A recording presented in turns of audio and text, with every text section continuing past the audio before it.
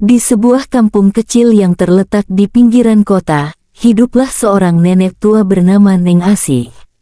Tak ada anak, tak ada suami, dan tak ada keluarga yang menemaninya. Ia tinggal sendirian di sebuah rumah bambu reot, berdinding anyaman yang sudah mulai lapuk. Tapi setiap sore, dari rumah itulah aroma gorengan yang menggoda selalu menguar ke udara. Neng Asih bukan hanya penjual gorengan biasa. Ia dikenal ramah, tak pernah lupa menyapa siapapun, dan selalu menyelipkan gorengan tambahan untuk anak-anak kecil yang datang tanpa uang. Ambil aja, Nak, yang penting kamu kenyang, Katanya sambil tersenyum. Yang membuat orang-orang heran adalah, meski gorengan hanya terbuat dari bahan sederhana, pisang, tahu, tempe, cireng, rasanya begitu nikmat. Teksturnya renyah, rasa gurihnya pas, dan minyaknya tak pernah terasa tengik. Bahkan saat gorengan lain sudah dingin dan layu, milik Neng Asih tetap terasa hangat seperti baru diangkat.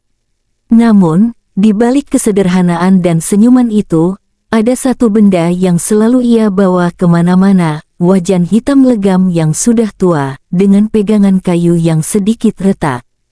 Wajan itu seperti bagian dari dirinya.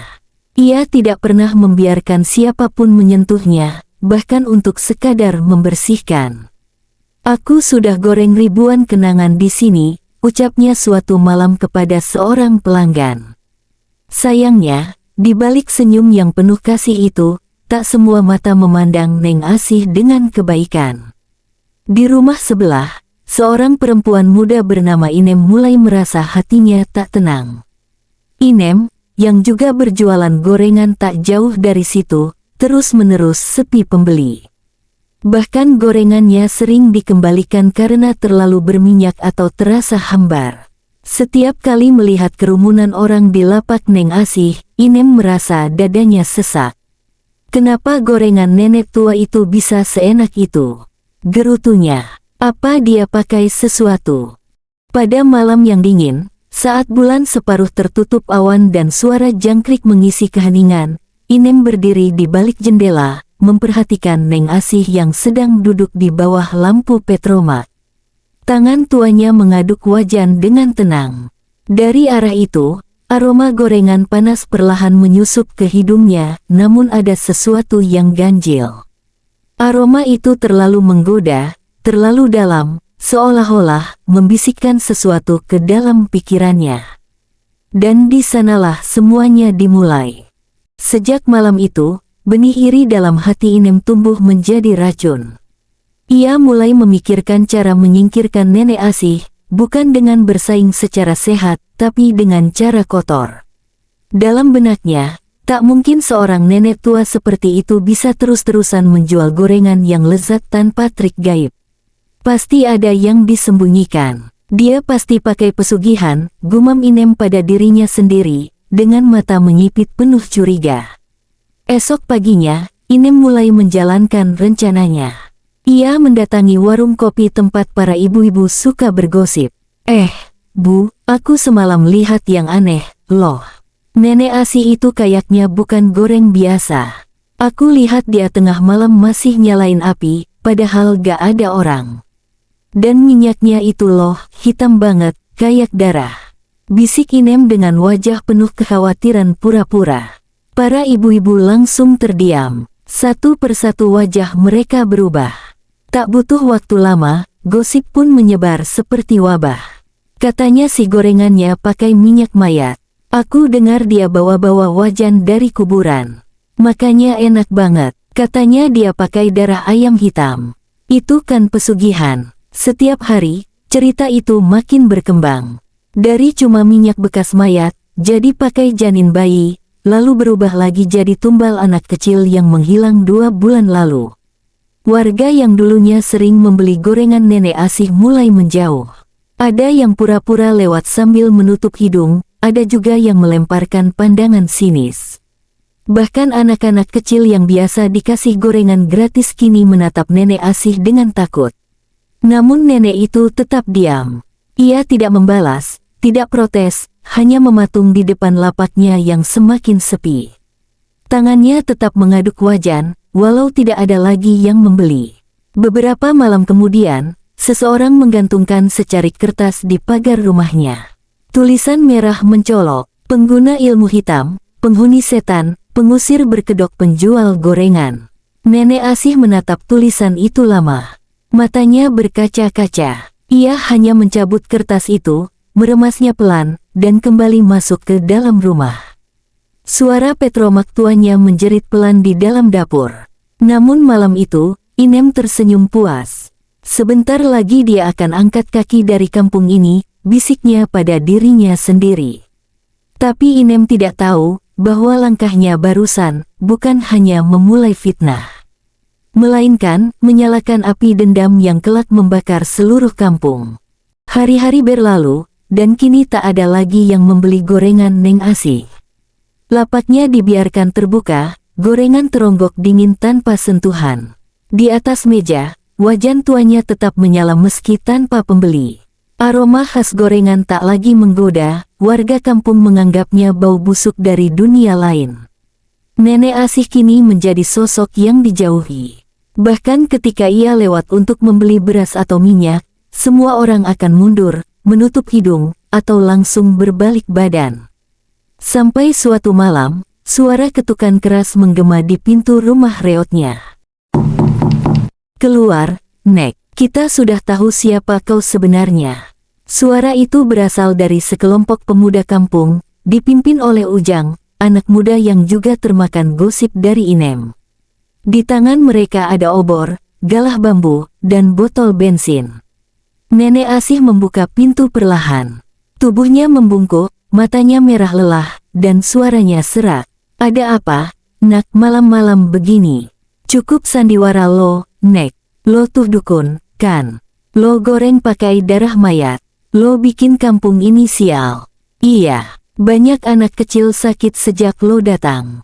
Lo bawa kutukan." Tanpa sempat menjelaskan, Nenek Asih ditarik keluar, didorong ke tanah. Ia hanya menggenggam rosario kecil di lehernya dan berkata lirih, "Saya cuma jualan, Nak, saya gak punya siapa-siapa." Tapi tak ada yang mau mendengar. Botol bensin disiram ke dinding rumah bambu. Obor dilempar. Api langsung menyala, menari liar di tengah malam. Jeritan Nenek Asih bercampur suara kayu yang terbakar, dan teriakan warga yang menonton dalam diam.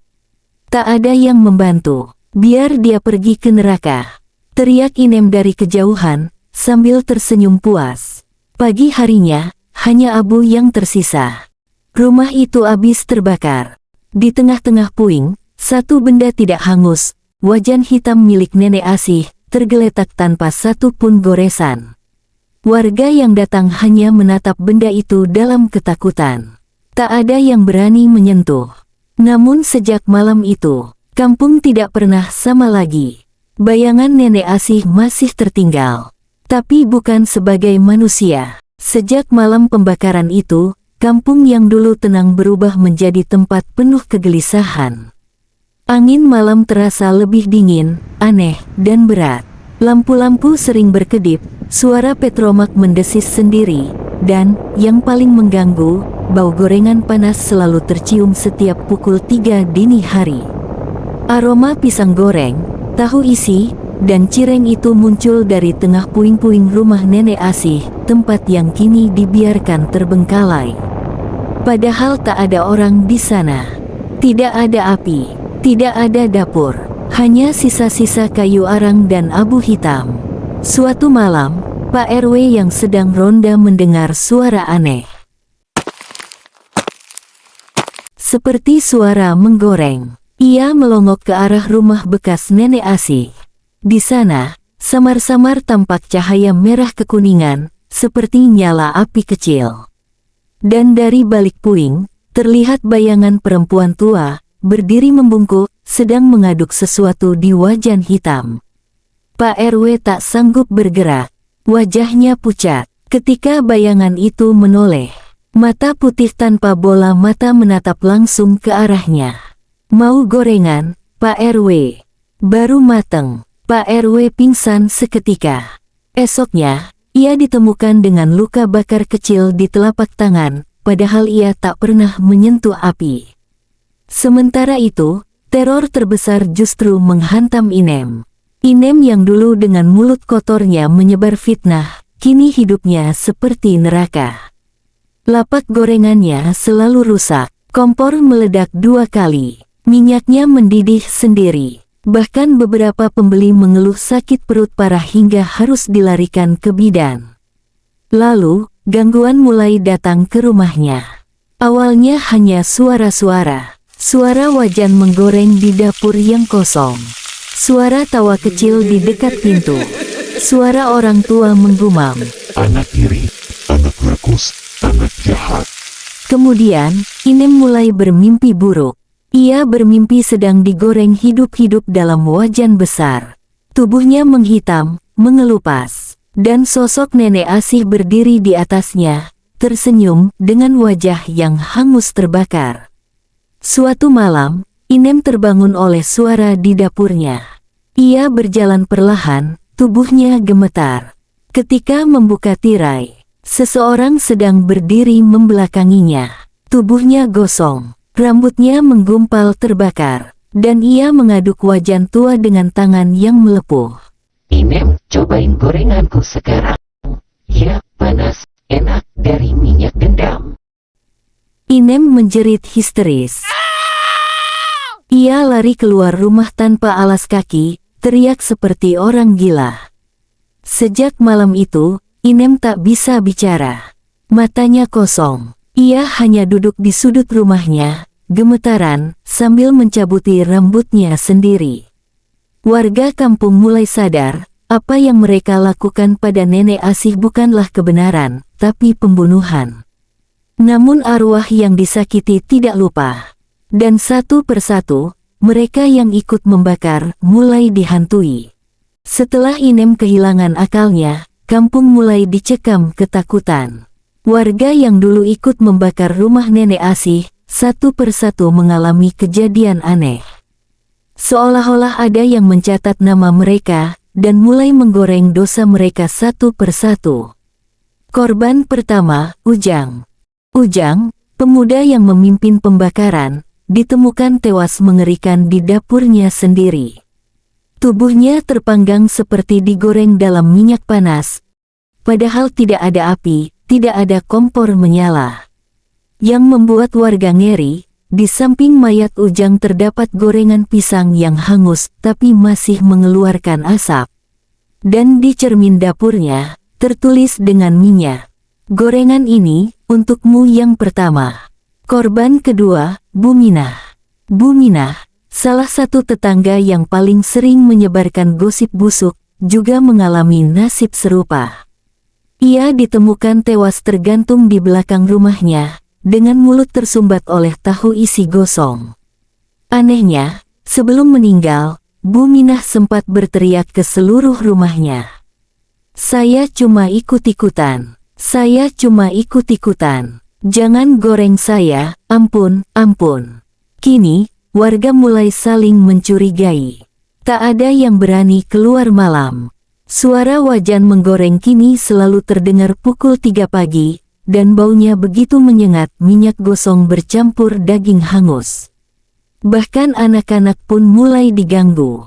Mereka mengaku melihat nenek berambut api menawarkan gorengan di jalan. "Mau gorengan, Nak? Gratis, tapi setelah makan, jangan berhenti karena nanti kamu yang digoreng gantian." Malam peringatan 40 hari, warga akhirnya mengadakan doa bersama. Tapi suasana begitu mencekam. Angin dingin menyelinap ke sela-sela dinding. Lilin-lilin tiba-tiba padam satu persatu. Dan ketika doa dimulai, terdengar suara sendok mengaduk wajan padahal tidak ada dapur. Pak Ustaz yang memimpin tiba-tiba terdiam. Ia menatap sudut ruangan dan membacakan ayat pelan. Di pojok itu, dia berdiri, dia dengarkan semua kalian, dia tak pergi. Lalu, lilin terakhir padam. Dan semua yang hadir mencium aroma yang sama. Gorengan hangus, daging terbakar, dan bau rambut gosong. Kini seluruh kampung tahu, nenek Asih tak akan tenang. Karena mereka tidak hanya membakar rumahnya. Mereka membakar hidupnya, kehormatannya, dan kebaikannya. Dan minyak di wajan hitam itu adalah minyak dendam yang tak akan pernah dingin. 40 hari telah berlalu sejak kematian Nenek Asih.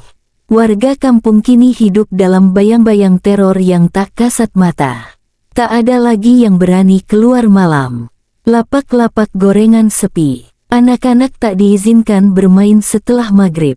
Namun meski begitu, bau gorengan selalu datang di tengah malam. Dan suara mengaduk wajan tak pernah absen. Saksi terakhir, Pak Mudin. Pak Mudin, tokoh yang dulunya diam saat rumah Nenek Asih dibakar, memutuskan pergi ke puing rumah itu. Ia tak tahan melihat kampungnya hancur dalam ketakutan. Dengan Al-Quran di tangan, ia berjalan pelan di malam Jumat. Puing-puing rumah masih ada. Namun malam itu, wajan hitam yang dulu tak tersentuh, tiba-tiba menghilang. Tak jauh dari situ, terlihat sebuah warung kecil berdiri dari kayu bakar, seperti baru dibangun dalam semalam. Di atas meja warung itu, ada gorengan tersusun rapi, panas, beruap. Dan di belakang meja, Nenek Asih berdiri. Wajahnya hangus, rambutnya terbakar setengah, kulitnya melepuh. Tapi senyumnya masih sama seperti dulu, lembut namun menyeramkan. Pak Mudin, gorengan terakhir ini untuk seluruh kampung. Tapi ingat, yang mengambil akan menggantikan tempatku di wajan. Pak Mudin hanya bisa diam. Tangan dan kakinya membeku. Ia tak sanggup bergerak. Tiba-tiba, sosok Nenek Asih melangkah perlahan ke arahnya, membawa satu piring gorengan panas. Ambil, Pak, biar kampung ini bebas, ambil. Pak Mudin menunduk, gemetar. Tapi saat ia menolak, angin mendesing kencang dan suara jeritan menggema dari segala arah, jeritan para arwah yang ikut menyaksikan pembakaran rumah Nenek Asih. Dalam keputusasaan, Pak Mudin menjatuhkan diri dan menangis. Maafkan kami, Nek, kami semua salah, kami percaya fitnah, kami buta oleh iri dan dengki. Untuk pertama kalinya, Nenek Asih tak berkata apapun.